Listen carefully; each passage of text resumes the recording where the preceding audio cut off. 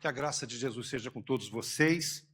Gente, eu estou encantado com as crianças, a apresentação das crianças. Muito gostoso, muito significativo. Deus abençoe vocês, adultos que estão junto com as crianças, Susana, Ruth, irmã Daniela, irmão Wilton. Irmão Wilton, você, aquela auréola na cabeça, sabe? E é isso aí. É isso que eu quero dizer da auréola na cabeça, sabe? Um anjo na terra.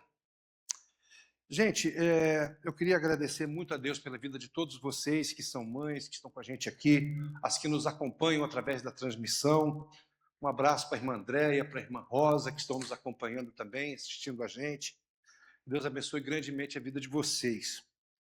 A vida de Ana é um exemplo para todos nós, uma mulher que ora, mulher que pede a Deus e que tem seu pedido atendido. Mas eu queria trazer, antes de eu falar um pouquinho sobre Ana, sobre o pedido que Deus atendeu a Ana, eu li essa semana, estava lendo essa semana, na verdade, um sermão de um pastor escocês presbiteriano, Peter Marshall, que foi capelão do Senado americano nos idos 1946, 1947, pouco antes da sua morte, em 49. Ele escreveu um poema, eu já havia lido esse poema há muitos anos atrás, na verdade um sermão, né? Mas ele usa um poema que ele mesmo criou com base na infância, lá na Escócia, uma cidade da Escócia onde ele morava, e que vivia aos pés de uma montanha, uma cadeia de montanha. E essa cidade tinha uma nascente, nascia ali um rio, uma nascente de um rio, e esse rio descia as montanhas e passava por dentro da cidade. E depois seguia o seu curso rumo ao oceano. E com o passar dos anos, né, uma família passou a morar lá no alto da montanha, e essa família tinha como um hobby, um serviço que prestavam, de limpar as nascentes do rio. Tirava folha, tirava barro que acumulava das chuvas quando elas eram fortes, animais que morriam e ficavam próximos e ficava próximo da nascente. Essa família se ocupava de geração em geração de ficar limpando essas fontes. Quando aquela cidade começou a se estabelecer e estabelecer-se economicamente, a cidade dava um valor mensal para essa família, no caso, para o pai dessa família, para o chefe dessa família, para se manterem e poderem comprar seus alimentos. E assim passou-se de geração em geração uma família que guardava as nascentes desse rio, guardava a fonte daquele grande rio que passava na cidade. E porque tinha essa família cuidando das fontes, o rio que passava por dentro da cidade era um rio claro, cristalino, bonito. Peixes, aves, pássaros, todos nadavam, todos bebiam, crianças brincavam, competições de remo, competições de natação. O rio era um rio prazeroso, um rio gostoso. As pessoas andavam nos rios, nadavam nos rios, brincavam nos rios, nas margens do rio. E os tempos foram passando e sucessivas gerações daquela família foram ali cuidando daquele rio. Até que finalmente chega um tempo em que alguém que era proeminente no município, olhando as finanças do município, viu que se saía todo mês, se despendia um salário, um dinheiro, para alguém que eles nem sabiam quem era, nem sabia quem era. Quem é essas pessoas aqui? Quem são essas pessoas aqui? Olha, na verdade eu nunca as vi, mas eu sei que elas moram lá nas montanhas e elas limpam as nascentes do rio. Mas o rio é tão limpo, quem é que limpa? Não tem ninguém que limpa. O rio é limpo, é natural do rio ser limpo. E aí então fizeram o corte da verba que ia para o guarda das fontes, para o guarda das nascentes. E fizeram pior. Enviaram lá um grupo de pessoas derrubaram a casa desse guarda das fontes, desse guarda das nascentes, e os expulsaram de lá, com o pretexto de que eles sim, lá poderiam sujar o rio. Resolveram construir uma cisterna bem na entrada da cidade, a água vinha lá do sopé, lá das montanhas, perdão, e no sopé tinha uma cisterna, ali acumulava uma água e essa água depois ia para os rios. Não demorou muito tempo, não demorou muito tempo. As folhas começaram a cair na nascente, elas não foram mais tiradas, as chuvas fortes traziam barro, que também não eram retirados, animais morriam nas encostas, ali nas beiradas da nascente, e os seus corpos em decomposição deixavam cair elementos que começaram a contaminar a água. A água passou a ser barrenta, a água passou a ser mal cheirosa, a água passou a ter vírus, vermes, bactérias que começaram a provocar doenças, já não tinha mais pássaros, as crianças já não brincavam mais, ninguém tinha coragem de entrar naquele rio mais, os peixes foram desaparecendo e daqui a pouco o que outrora era um rio cheiroso, bonito, gostoso, agradável de se ver, cheio de vida, agora era apenas um rio morto. Um rio sem vida, passando no centro de uma cidade. A cidade se reúne e aí pergunta, onde que está o erro? O que aconteceu? E alguém bem idoso, ele dizia assim, por gerações, a nossa cidade foi cuidada de uma maneira anônima por uma família que morava lá nas montanhas. Nós mandamos essa família embora, desmontamos a sua casa, expulsamos do nosso vilarejo e hoje nós temos como prova do nosso grande erro um rio sujo, mal cheiroso, que só traz doença para todos nós. O conserto disso é irmos atrás dessa família que nós nem sabemos onde está, mas nós temos que trazê-los de volta. Trazer de volta aquilo que perdemos.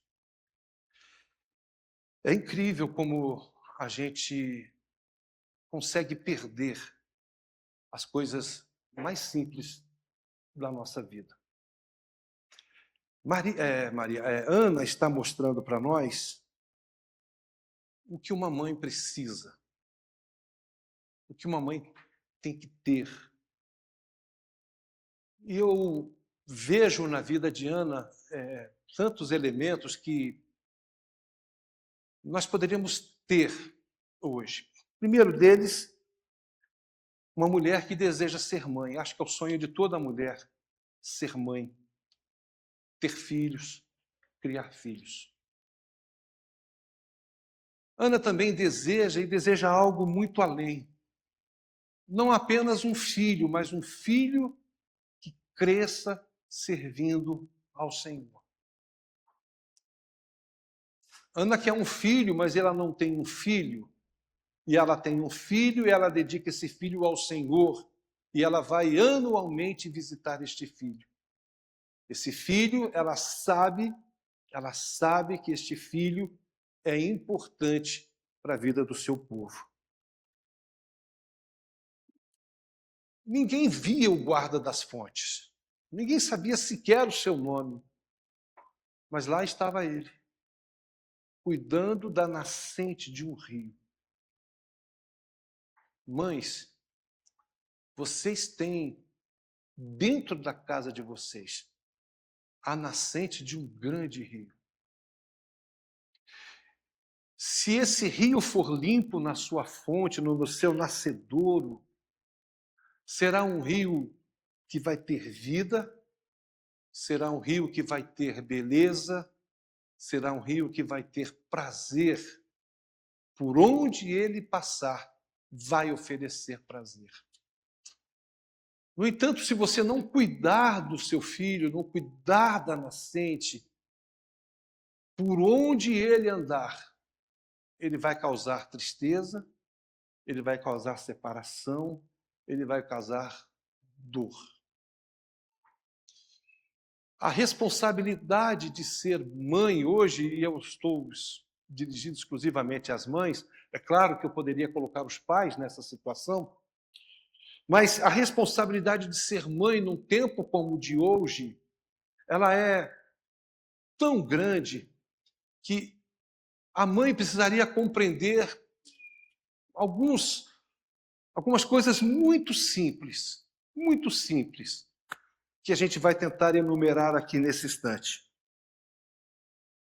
Ana pede um filho a Deus e diz assim: se o Senhor me der, eu o dedico ao Senhor. Mães, os filhos não são seus. Os filhos são do Senhor. Os filhos, bem como sua vida, precisa ser para serviço do Senhor. Não criamos, irmã Deia, filhos para nós. Criamos filhos para que nesse mundo eles possam abençoar. Aí o salmista diz: os filhos são como flechas na mão do valente, endereçadas para cumprir um objetivo. O seu filho, minhas irmãs, estão vivendo esta vida para cumprir objetivos estabelecidos pelo Senhor a eles. E um desses objetivos é servir ao Senhor de todo o seu coração, de toda a sua alegria. Ana tem o seu filho e dedica ao Senhor. E ela consegue ver, ainda que idosa, bem idosa, Samuel orientando a toda uma nação. Pensa nas pessoas que estão governando o nosso país hoje, as pessoas que estão no Congresso, as pessoas que estão no Senado, as pessoas que estão na Câmara de Vereadores, todos eles tiveram uma mãe. Todos tiveram uma mãe. Mas também aquelas pessoas que estão nos presídios, elas também tiveram uma mãe. As pessoas que estão nas sarjetas também tiveram uma mãe. As pessoas que estão nos vícios também tiveram uma mãe. Nós precisamos dizer que somos responsáveis pela saúde espiritual dos nossos filhos. O guarda da fonte, o guarda da nascente, ele assumiu o papel de limpar as nascentes daquele rio. Para que aquele rio lá na frente, seja um rio agradável. Tirar folhas mortas, bichos mortos, barro, lama. O rio está sempre bonito. Mãe, você tem que tirar do seu filho tudo que ele tem que não agrade ao Senhor. Mas, mãe, como fazer isso se você desconhece a palavra do Senhor? Mãe, como fazer isso se você sequer tem o conhecimento da palavra de Deus? Como educar os filhos num caminho que a gente diz ser do Senhor, se você não o conhece? Dia desses eu fui, aqui em Altino mesmo, fui abordado por um cidadão dentro do mercado Paraná. Ele disse assim: o senhor é pastor? Eu falei: sou. Eu quero fazer um debate com o senhor sobre a Bíblia. Você está disposto? Eu falei: não. Não? Não. Bíblia não é para debater. Bíblia é para ensinar. E Bíblia é para aprender. Você quer que eu te ensine a Bíblia? Podemos começar já. Debater não. Aí ele disse assim para mim: minha mãe falou que Bíblia é livro de homens e que a gente não tem que dar valor nenhum. Aí eu disse: parabéns para sua mãe. Parabéns para sua mãe. Você deve ser o retrato fiel dela. Arrogante, dono de todas as coisas, sabedor de todas as coisas. Meus parabéns. Você é igualzinho a sua mãe. Aí eu virei as costas, fui saindo, né? Não tem interesse em debater a Bíblia. E aí, por fim, ele diz assim: então você não quer mesmo debater a Bíblia comigo? Eu falei, não. Você já leu a Bíblia alguma vez? Não, eu nunca li. Eu falei, pessoas inteligentes não debatem aquilo que elas não sabem. Quando você lê a Bíblia, vem conversar comigo. Como é que você vai debater o que você não conhece? Né? Vamos debater aqui sobre práticas governamentais do governo tailandês? Quando eu souber, eu debato. Quando não souber, eu não debato. Né? Mãe, o seu filho é o que você ensina para ele. Seu filho vai ser o que você ensinar para ele.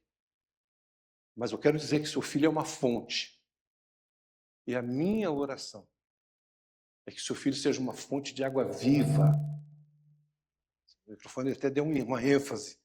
Seu filho seja uma fonte de água viva. Ensine a criança, o texto bíblico diz, a criança no caminho que ela deve andar. Quando ela crescer, ela ainda estará nesse caminho. Ensine sua criança a depender de Deus. Aprenda a orar para então ensinar o seu filho a orar. Não confie que o seu filho, apenas com a educação que você dá a ele vai vencer na vida. Não confie nisso. Porque só o que damos aos nossos filhos é muito pouco diante do desafio de se viver um mundo como o de hoje. E, acima de tudo, mãe, por favor, creia no Senhor. Não estou dizendo crer na igreja. A igreja é a representante de Cristo na terra, mas antes disso, nós somos a igreja de Jesus Cristo.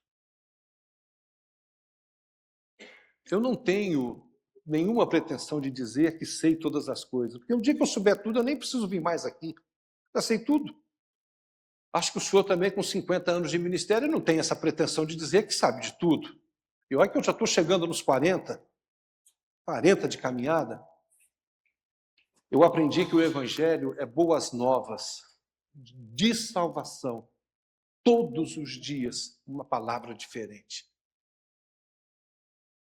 Eu louvo a Deus porque há um mês atrás minha mãe partia para a eternidade e uma das grandes preocupações da minha mãe é que nós conhecêssemos ao Senhor e entregássemos nossa vida a Ele e andássemos nos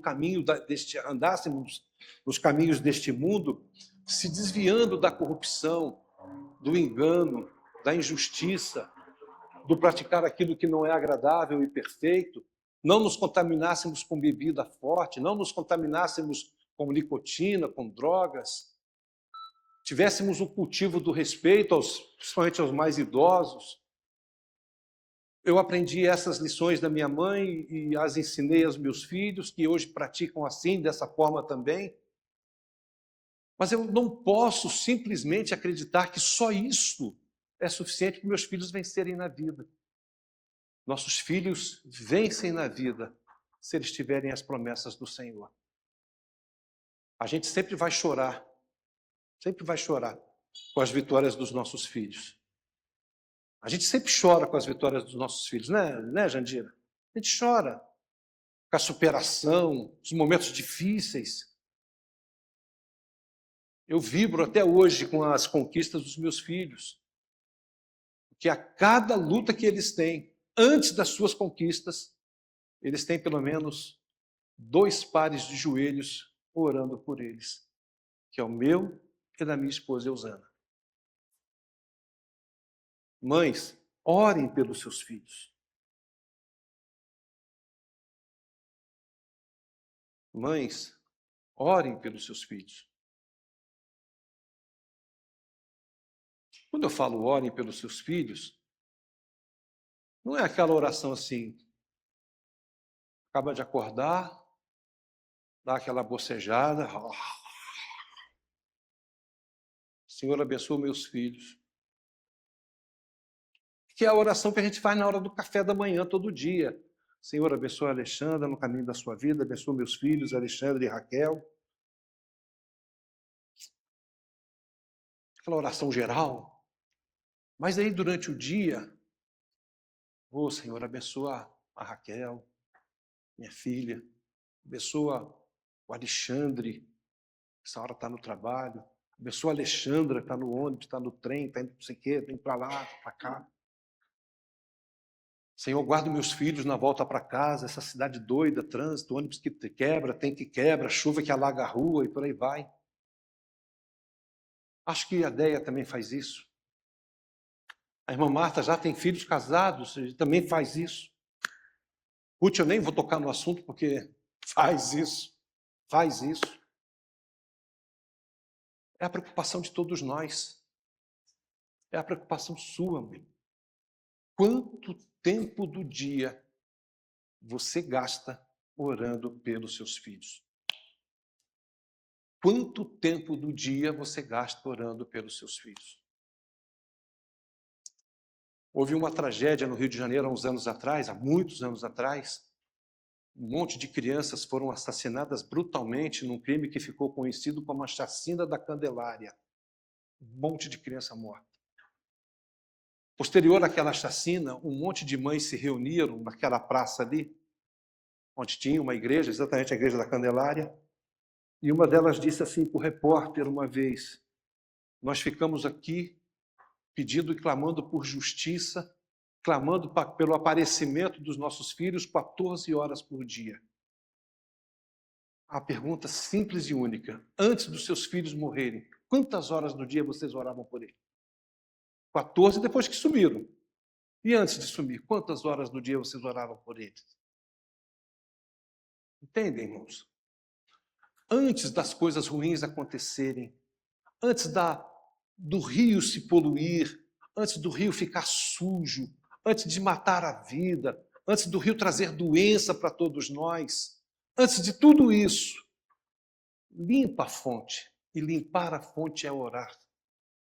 Ensinar a palavra de Deus, é buscar o Senhor em oração, é trazer o seu filho à igreja, é viver o seu filho, o dia a dia da igreja, é fazer a lição da escola bíblica dominical, é cantar os hinos da igreja, é contar as coisas boas que você vê na igreja, na mesa das refeições. Isso é limpar as fontes, para que seu filho cresça e glorifique o Senhor na sua vida. Esse é o meu desejo, é o desejo do meu coração. E aí eu tenho o texto que é muito importante quando o louvor de Ana, depois que vê sua oração ser atendida e seu filho ser entregue nas mãos do Senhor. Está em... É muito longo o texto, mas está em 1 Samuel, capítulo 2. Está escrito assim. Pode colocar 1 Samuel, capítulo 2, Alexandra?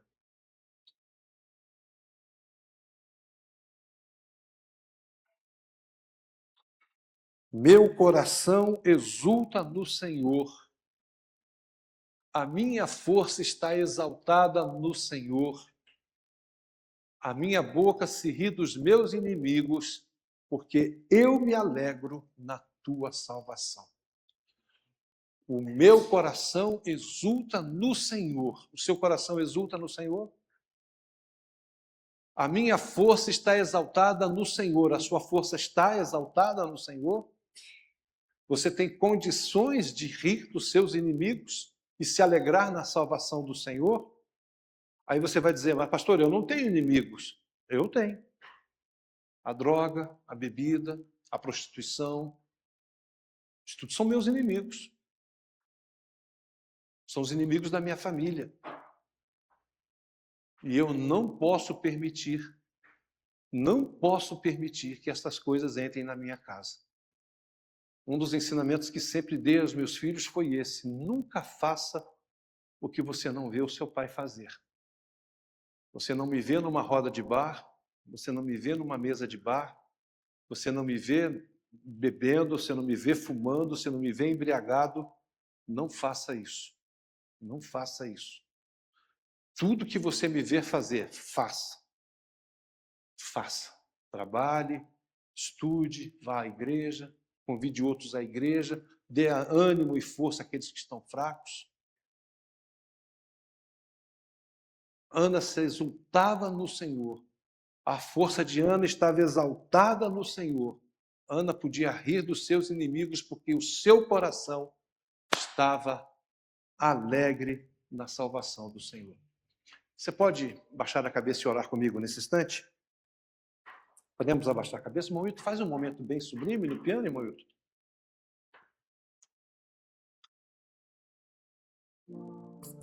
Obrigado, Senhor. Obrigado pela tua palavra. Obrigado pela mensagem. Obrigado por um dia ter existido um homem, Senhor, como o pastor Peter Marshall, que escreve experiências tão gostosas que a gente pôde reproduzir hoje. Obrigado pelas mães que aqui estão, que puderam ouvir, aquelas que estão, Senhor, nos acompanhando pela internet. Obrigado, Senhor, pela vida das pessoas que vão ver essa mensagem em algum tempo, em algum momento. Querido Deus, nós pedimos a sua graça sobre a vida das mães. Ó Deus, que a responsabilidade do ser mãe,